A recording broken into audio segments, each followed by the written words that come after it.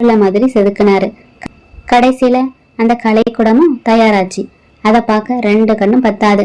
அரசர் வந்து பார்த்தாரு. அவரோட கர்வம் இன்னும் அதிகமாச்சு. ஆனா அவருக்கு ஒரு பொறாமை கலந்த பயமும் வந்துச்சு. இந்த சிற்பி வேற எங்கேயாச்சும் போய் இதை விட அழகான கட்டிடத்தை கட்டிட்டா என்னோட பெருமை குறைஞ்சிருமேன்னு நினைச்சாரு.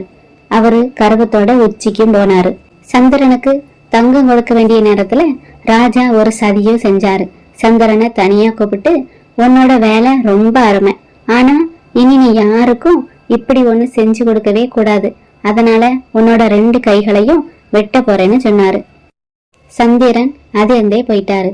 அரசே, நான் உங்களுக்காக உழைச்சதுக்கு இதுதான் பரிசா அப்படின்னு கெஞ்சினாரு.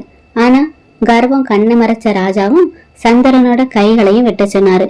அது மட்டும் இல்லாம அவருக்கு கொடுக்க வேண்டிய தங்கத்தையும் கொடுக்காம அவரை ஊரை விட்டு துரத்திட்டாரு.